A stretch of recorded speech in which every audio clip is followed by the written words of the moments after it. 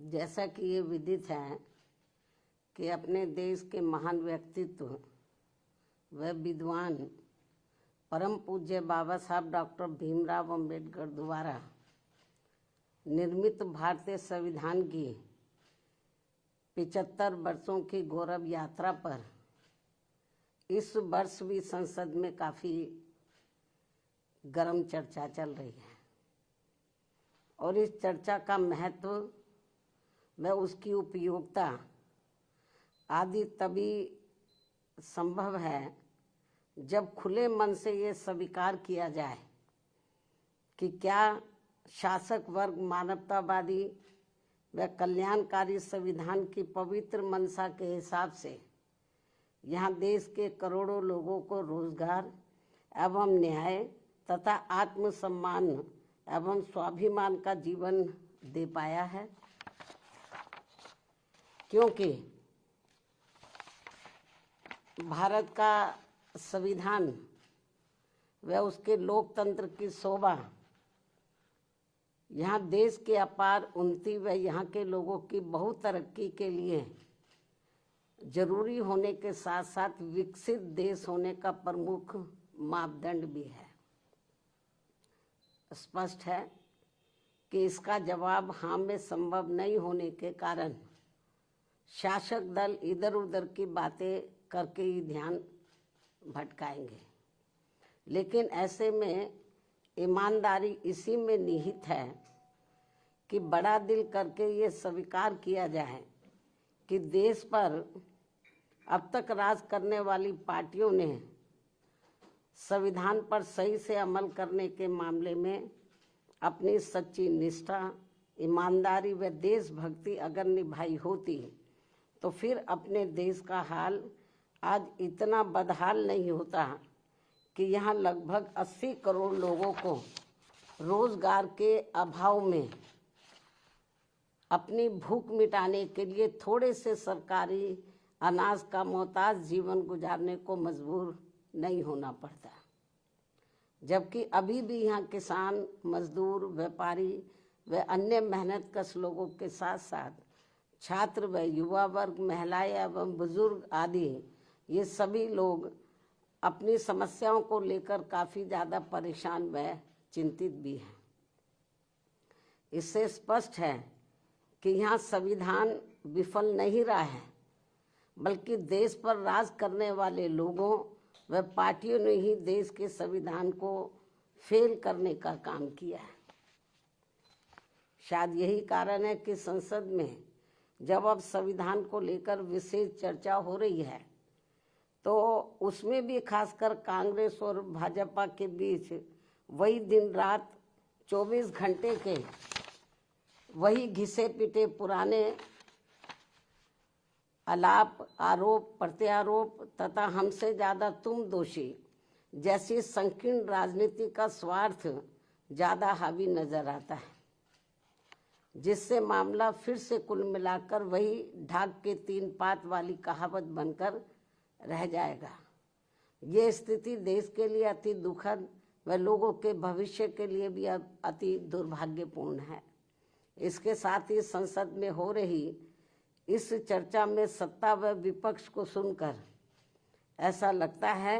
कि इन्होंने अपने अपने राजनीतिक स्वार्थ में अब संविधान का ही काफ़ी हद तक राजनीतिकरण कर दिया है और इस मौके पर भी कोई अपने स्वार्थ में संविधान की प्रति को माथे पर लगा रहा है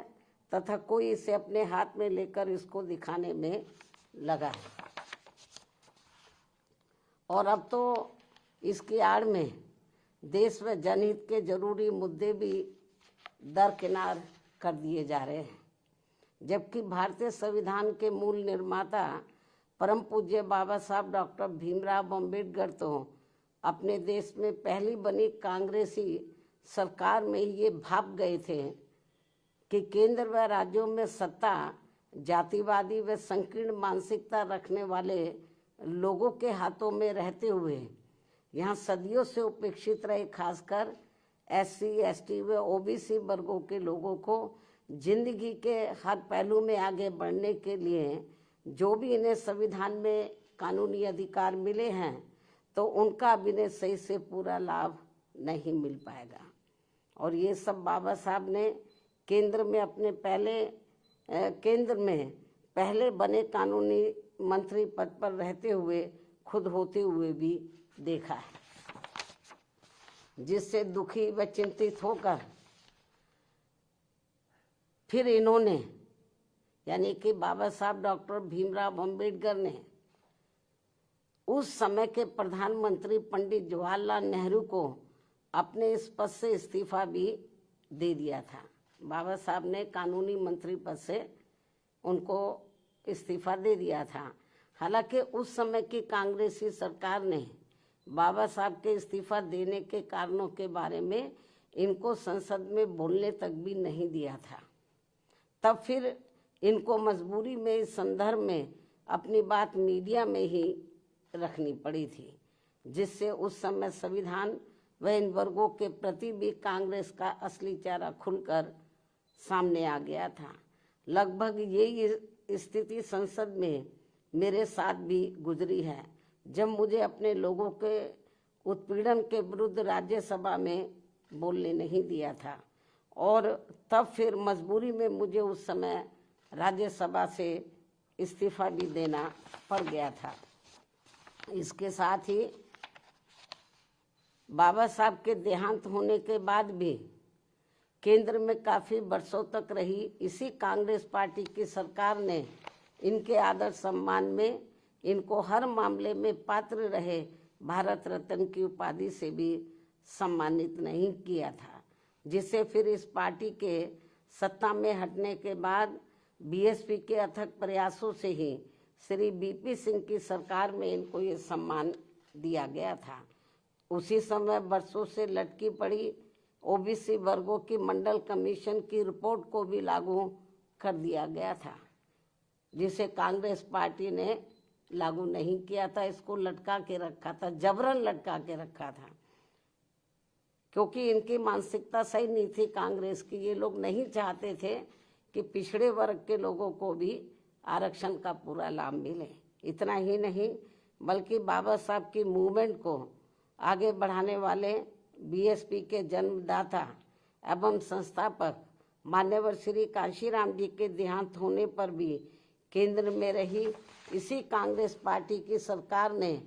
इनके सम्मान में एक दिन का भी राष्ट्रीय शोक घोषित नहीं किया था। ये है भारतीय संविधान के प्रति व इन वर्गों के प्रति भी कांग्रेस पार्टी का असली चाल चरित्र व चेहरा,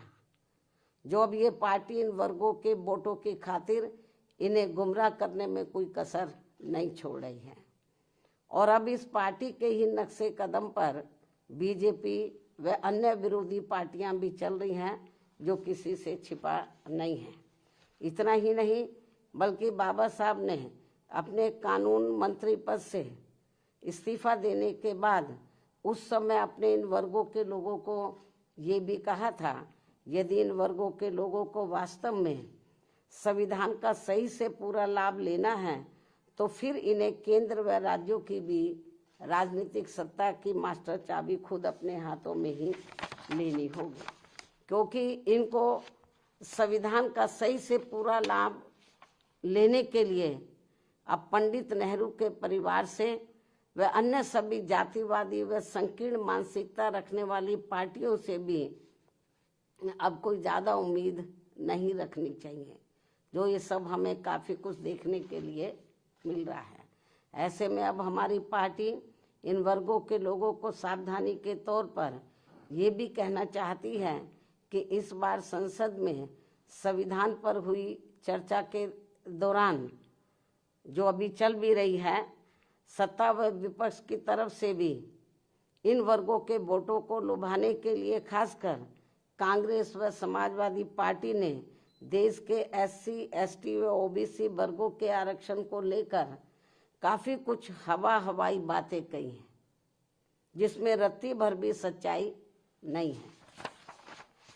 और यदि इस मुद्दे पर ये दोनों पार्टियां अर्थात कांग्रेस व समाजवादी पार्टी यानी कि ये दोनों पार्टियां संसद में चुप्पी रहती तो ज़्यादा उचित होता, इस मामले में इनकी पोल तो नहीं खुलती, या मुझे पोल खोलने के लिए मजबूर नहीं होना पड़ता, क्योंकि केंद्र में रही कांग्रेस पार्टी की सरकार के समय में वह इसी पार्टी की मिली भगत से समाजवादी पार्टी ने SC/ST वर्गों का पदोन्नति में आरक्षण संबंधी संवैधानिक संशोधन विधेयक का काफी डटकर विरोध किया था तथा इस बिल को समाजवादी पार्टी ने संसद में ही फाड़कर इसको फेंक दिया था, जिस बिल को लाने के लिए हमारी पार्टी को काफी कड़ा संघर्ष भी करना पड़ा था, जो ये बिल अभी तक भी संसद में लटका पड़ा है। इससे बीजेपी की भी आरक्षण विरोधी मानसिकता साफ झलकती है, जो इसे पास कराने के कतई भी मूड में नहीं है। और अब तो कांग्रेस पार्टी के राहुल गांधी ने इन वर्गों के पूरे आरक्षण को ही सही वक्त आने पर खत्म करने का भी ऐलान कर दिया है, जबकि इस मामले में बीजेपी व अन्य विरोधी पार्टियां भी कोई कम नहीं है। और अभी भी हमें सत्ता व विपक्ष द्वारा आरक्षण को निष्प्रभावी बनाने व इसे खत्म करने के लिए इन सब की सोच लगभग एक जैसी ही देखने को मिलती है। इतना ही नहीं, बल्कि अब तो ये पार्टियां अंदर अंदर आपस में मिलकर कोर्ट की आड़ में भी इनके आरक्षण को निष्प्रभावी बनाने में वे आगे चलकर इसे पूरे तौर से खत्म करने की भी पूरी कोशिश में लगी हुई है, जिनसे इन वर्गों के लोगों को हमेशा सावधान रहना है, क्योंकि इसके अनेकों उदाहरण इन वर्गों के सामने हैं। इसके साथ साथ देश में सर्व समाज में से गरीब, असहाय व बेरोजगार लोगों को भी रोटी रोजी के साधन ना के बराबर ही मिल रहे हैं। आए दिन यहाँ गरीबी, बेरोजगारी व महंगाई आदि भी काफ़ी ज़्यादा बढ़ रही है। पिछले काफ़ी वर्षों से देश की अर्थव्यवस्था भी कोई खास अच्छी नहीं चल रही है। ऐसे में अब वर्तमान भाजपा सरकार द्वारा भी जो किस्म किस्म के संकल्प लिए जा रहे हैं,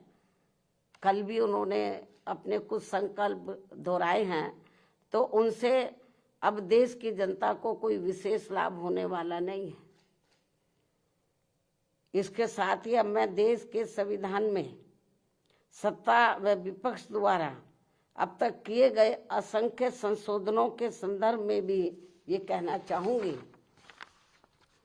कि यदि सरकार द्वारा संविधान में संशोधन अपनी पार्टी, यानी कि जो उनकी पार्टी जो भी सरकार संशोधन लाती है, यदि सरकार द्वारा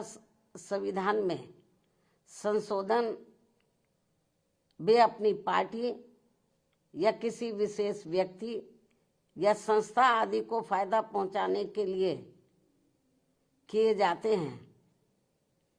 यदि सरकार द्वारा संविधान में संशोधन वे लोग अपनी पार्टी या किसी विशेष व्यक्ति या संस्था आदि को फायदा पहुंचाने के लिए किए जाते हैं, तो उसका फिर हमारी पार्टी कभी भी समर्थन नहीं करेगी, अर्थात उसका डटकर विरोध करेगी।